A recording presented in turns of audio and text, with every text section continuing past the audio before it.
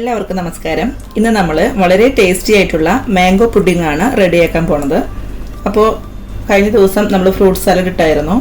അത് ഒരുപാട് പേര് അതിന് നല്ല കമൻസ് ഒക്കെ തന്നു. ഒരുപാട് നന്ദി.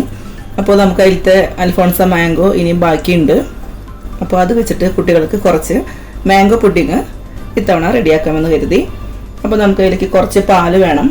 അതേപോലെ ഞാനിപ്പോൾ ഒരു 1/4 കപ്പ് പഞ്ചസാര എടുത്ത് വെച്ചിട്ടുണ്ട്. ഇനി ഒരു 2-3 ടേബിൾ സ്പൂണോളം കോൺഫ്ലോർ വേണം.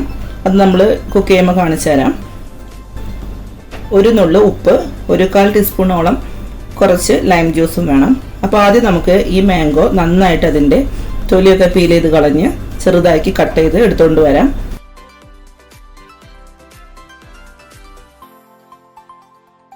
ഞാനപ്പോൾ ഈ മാങ്ങ നന്നായിട്ട് തൊലിയൊക്കെ ചെത്തി ഇതേപോലെ കട്ട് ചെയ്ത് കൊണ്ടുവന്നിട്ടുണ്ട്. ഇത് നമുക്ക് മിക്സിയുടെ ജാറിലേക്ക് ഇട്ട് കൊടുക്കാം.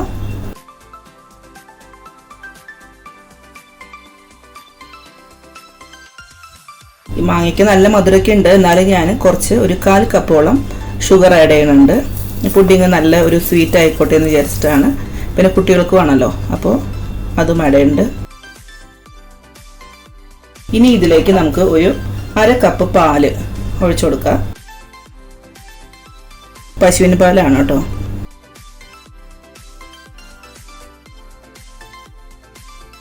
ഓക്കെ, 1/2 കപ്പ് ഈ പാലും നമുക്ക് ഇതിലോട്ട് ഒഴിച്ചു കൊടുക്കാം. ഇനി നമുക്ക് നന്നായിട്ടൊന്ന് ബ്ലെൻഡ് ചെയ്തെടുത്തിട്ട് വരാം. അപ്പോൾ ഇത് അരയ്ക്കുമ്പോൾ ഒട്ടും കട്ടയൊന്നും ഇല്ലാണ്ട് നല്ല സ്മൂത്തായിട്ട് അരച്ചെടുക്കുക. ഇനി പല മാങ്ങയും പല വിധത്തിലാണ്. ഇപ്പോൾ ഇതിനധികം നാരുകളൊന്നും ഇല്ല. ഇനിയിപ്പോൾ ഒരുപാട് നാരുകളുള്ള തരം മാങ്ങയാണെന്നുണ്ടെങ്കിൽ നന്നായിട്ട് അരച്ചതിന് ശേഷം നമുക്ക് നന്നായിട്ടൊന്ന് അരിച്ചെടുക്കാം. അപ്പോൾ നമുക്കിതിനി ബ്ലെൻഡ് ചെയ്തിട്ട് വരാം. അപ്പോൾ നമ്മുടെ മാമ്പഴം നന്നായിട്ട് അരച്ച് നല്ല പേസ്റ്റ് ആക്കി എടുത്ത് വന്നിട്ടുണ്ട്. ഇത് ഇതേപോലെ തന്നെ കഴിക്കാൻ നല്ല ടേസ്റ്റാണ്. ഇതിപ്പോൾ ഒരു ബൗളുണ്ട് നമുക്ക്. ഇനി നമുക്ക് ഈ ഒരു ബൗളിൽ കുറച്ച് കോൺഫ്ലോർ നമുക്ക് മിക്സ് ചെയ്ത് വെക്കാം. അപ്പോൾ ഇത് 1/2 കപ്പ് പാല് ഞാൻ എടുത്ത് വെച്ചിട്ടുണ്ടായിരുന്നു, ഞാൻ പറഞ്ഞിരുന്നില്ലേ. അപ്പോൾ അതിലേക്ക് നമുക്ക് ഇനി ആവശ്യത്തിന് കോൺഫ്ലോർ ഇട്ട് കൊടുക്കാം.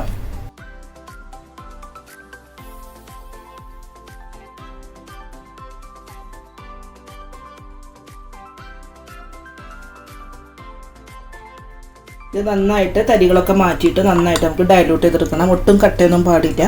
അപ്പോൾ ഇത് നമുക്ക് ആദ്യമേ നമുക്ക് റെഡിയാക്കി വെക്കണം.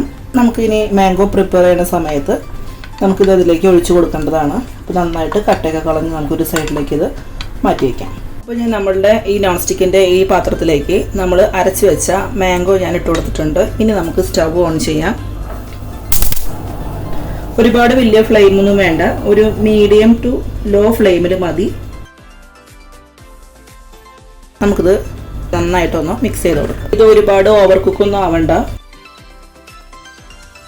നോൺ സ്റ്റിക്ക് ആയതുകൊണ്ട് പിന്നെ അടിയിലൊന്നും പിടിക്കില്ല. കണ്ടോ, ഒട്ടും കട്ടയൊന്നുമില്ല. നമുക്ക് നല്ല രീതിയിൽ തന്നെ അത് അരച്ച് കിട്ടിയേക്കുന്നത്. നന്നായിട്ട് മാങ്ങയിൽ നിന്ന് നമുക്ക് ബബിൾസ് ഒക്കെ വരുന്ന വരെ നമുക്ക് നന്നായിട്ട് ഇതിങ്ങനെ ഇളക്കിക്കൊണ്ടിരിക്കാം.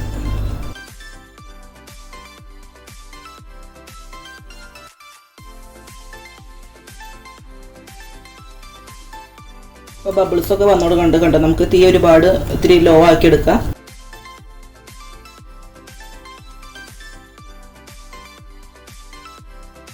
ഇതിങ്ങനെ പുറത്തേക്ക് തെറിക്കണുണ്ട് കണ്ടോ. ഈ ഒരു സമയത്ത് ഫ്ലെയിം നമുക്ക് നന്നായിട്ട് ലോ ആക്കി വെച്ചിട്ട് നമ്മൾ എടുത്ത് വെച്ചിരിക്കുന്ന ഈ കോൺഫ്ലോർ കലക്കിയത് ഇതിലേക്ക് ആഡ് ചെയ്യാം.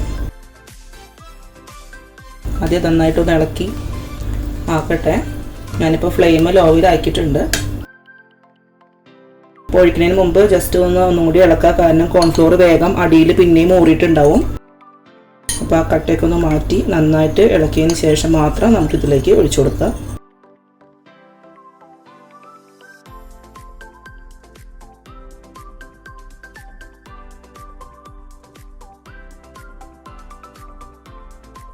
ഇനി നമുക്കിത് വേഗം ഇതിൽ നന്നായിട്ട് ഇളക്കി യോജിപ്പിക്കാം.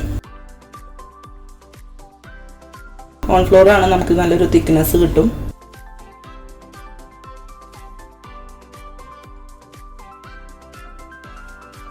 ഇനി കുറച്ചും കൂടി ഫ്ലെയിം ഒന്ന് കൂട്ടിയിട്ട് വേണം റെഡിയാക്കി എടുക്കാൻ.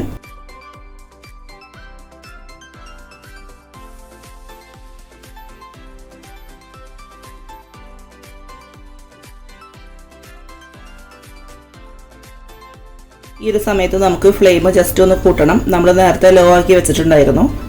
അപ്പോൾ നമുക്കത് ആദ്യം വെച്ച പോലെ തന്നെ ഒരു ആവറേജ് ആയിട്ട് ഫ്ലെയിം വയ്ക്കുക. എന്നിട്ട് നന്നായിട്ട് ഇളക്കി കൊടുക്കുക. കാരണം കോൺഫ്ലവർ നമ്മൾ ആഡ് ചെയ്തപ്പോൾ ഇനി വേഗം അത് ഇനി കുറുകി വരും.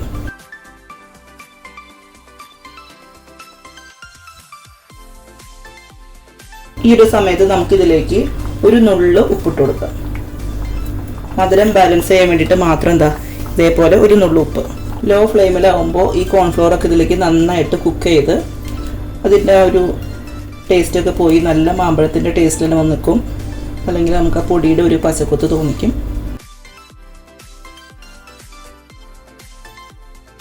ഇളക്കുമ്പോൾ തന്നെ നമുക്ക് ഇത്തിരി തിക്നെസ് ഫീൽ ചെയ്യുന്നുണ്ട്. ഇനി നമുക്കിതിലേക്ക് ഒരു 1/4 ടീസ്പൂണോളം ലൈം ജ്യൂസ് ആഡ് ചെയ്യണം.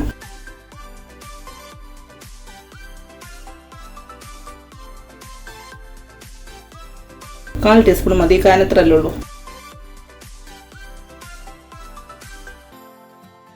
ഇനി നന്നായിട്ട് ഇളക്കി കൊടുക്കാം. ഈ ലൈം ജ്യൂസും കൂടി ഇതിൽ ആഡ് ചെയ്യുമ്പോഴാണ് കേട്ടോ പുഡിങ്ങിന് നല്ലൊരു ടേസ്റ്റ് ആയിരിക്കും.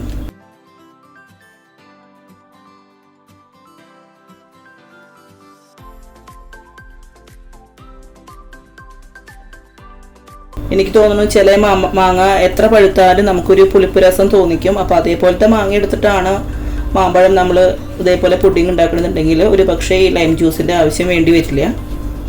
ഇവിടെ ഞങ്ങളെപ്പോഴും കാർട്ടൂണിന് വാങ്ങുന്നത് ഈ അൽഫോൺസ മാംഗോ ആണ്.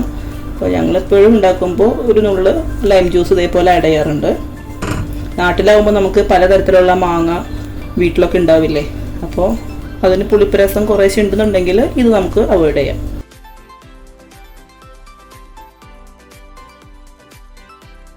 നമ്മൾ വളരെ ലോ ഫ്ലെയിമിലാണ് ഇപ്പോൾ നമ്മളിത് പ്രിപ്പയർ ചെയ്യണത്.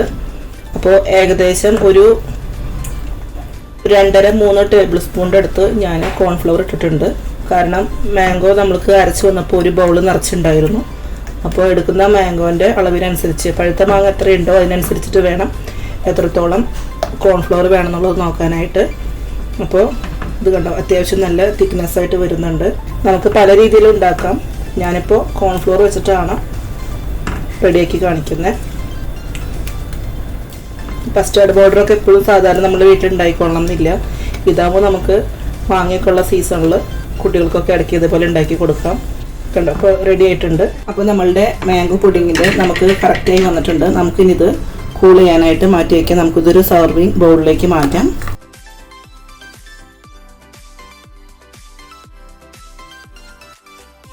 അപ്പോൾ ഞാൻ ഈ ഒരു പാത്രത്തിൽ ബൗളിൽ നന്നായിട്ട് നിറച്ച് വെച്ചിട്ടുണ്ട്. ഇനി ഞാൻ കുറച്ച് നേരം ഫ്രിഡ്ജിലേക്ക് മാറ്റി വയ്ക്കാൻ പോവുകയാണ്. അതിന് ശേഷം നമുക്ക് നോക്കാം. അങ്ങനെ വളരെ ടേസ്റ്റി ആയിട്ടുള്ള മാമ്പഴത്തിൻ്റെ പുഡിങ് ഇവിടെ റെഡിയായി കഴിഞ്ഞു. അപ്പോൾ ഇത് ഉണ്ടാക്കാനായിട്ട് ഒരുപാട് സമയമൊന്നും വേണ്ട. അപ്പോൾ മാമ്പഴത്തിൻ്റെ സീസണിലൊക്കെ നമുക്ക് കുട്ടികൾക്ക് വളരെ എളുപ്പത്തിൽ തന്നെ ഉണ്ടാക്കി കൊടുക്കാം. അപ്പോൾ എല്ലാവരും ഇത് വീടുകളിൽ ട്രൈ ചെയ്ത് നോക്കാം. നിങ്ങൾക്ക് ഇഷ്ടപ്പെട്ട് കാണുമെന്ന് വിചാരിക്കുന്നു. അപ്പോൾ അടുത്ത ആഴ്ച വീണ്ടും നല്ലൊരു റെസിപ്പിയുമായിട്ട് വീണ്ടും വരാം. അതുവരെ എല്ലാവർക്കും നന്ദി, നമസ്കാരം.